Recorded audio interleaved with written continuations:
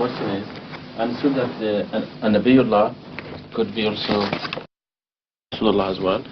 Is this also the same sunnah of God in the case of Hazrat Imam Mahdi alayhi salam, that God did give him, Hazrat Muhammad sallallahu alayhi wasallam, through God's revelation, give him these two titles? You see, the first issue of his status is the all-important issue. It should be decided. Once the status is decided, then he cannot be a different type of Nabi from all the rest, where he is only Nabi and not Rasul, or only Rasul and not Nabi, because the Holy Quran is very clear on this.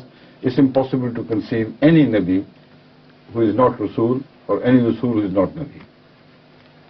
So, having said that, I tell you that the issue of Khatamiyat is not involved in this. This is absolutely wrong. People allege falsely that we have concocted a new concept of Khatamiyat. This is not so.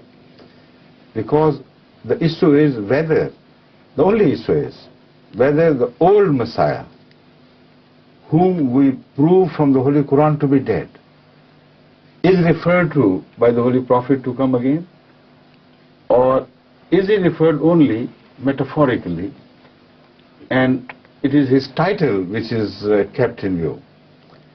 Now the issue can be easily resolved. As far as the future Messiah is concerned, all Muslims, without a shadow of doubt, agree that he would be a prophet of God. They cannot have any other view on this, because Hadith al-Muslim refers to the same prophet, Nabiullah, Nabiullah, Nabiullah, Nabiullah 4 times. But even otherwise, because they believe he is the old one, and they know the prophet once made cannot be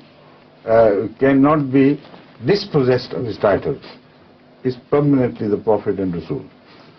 So they have to agree and believe. This is exactly what their belief is. So the issue is not of a prophet coming after Hazrat Muhammad Mustafa sallallahu alaihi wasallam. That issue is resolved. They also believe that a prophet would come. Now, when you ask them, how can an old prophet come? Through the seal of the Prophet of Allah, breaking that seal? Or by which way will he appear in the future? They say, no, you don't understand the meaning of the seal. It will be, the seal will remain unbroken, because when he comes, he will become a Muslim.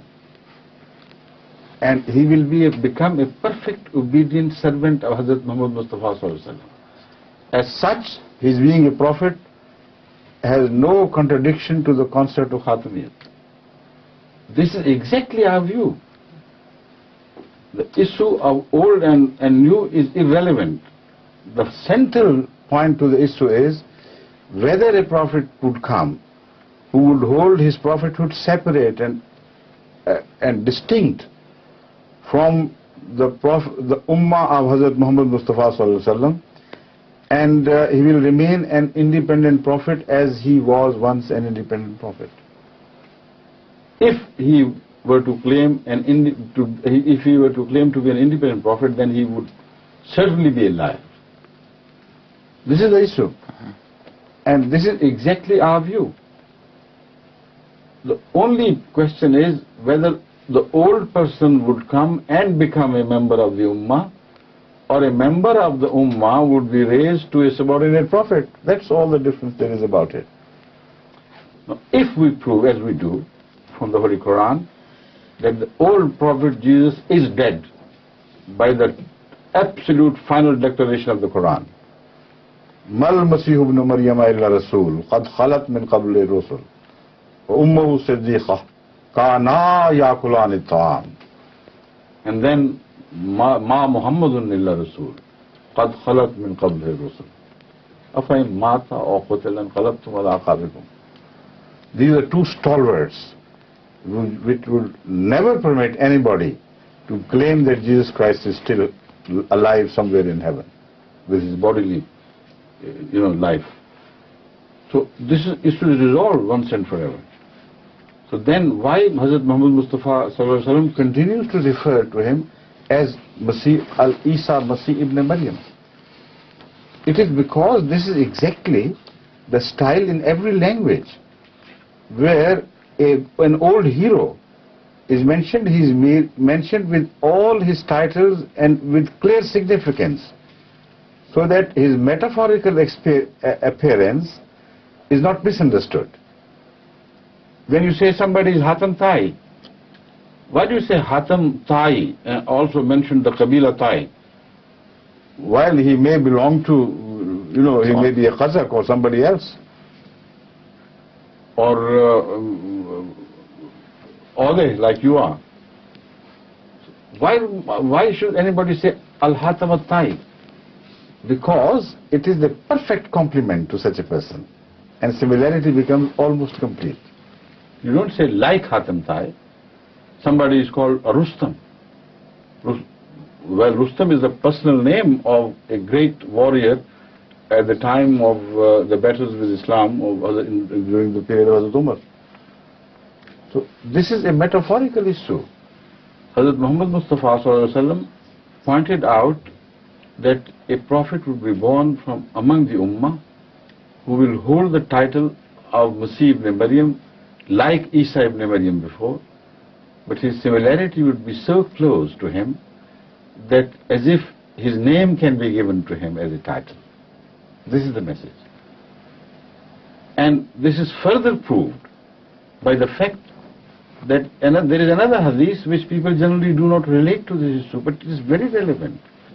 Hazrat Sallallahu Alaihi Wasallam also prophesied that an unfortunate time would come in the Ummah when this Ummah, so-called my Ummah, would be so similar to the Jews as if one shoe of the pair is similar to the other of the same pair. Yes, unbelievable. Now, which Jews? Not of the time of Moses, who believed in him, but the Jews of the time of Jesus Christ. So if this is the name of the disease, then the recipe for cure should be exactly the same. And that is the meaning of Masih ibn Maryam, or Isa Masih ibn Maryam. As far as Al-Imam al-Mahdi is concerned, that title is also very clear.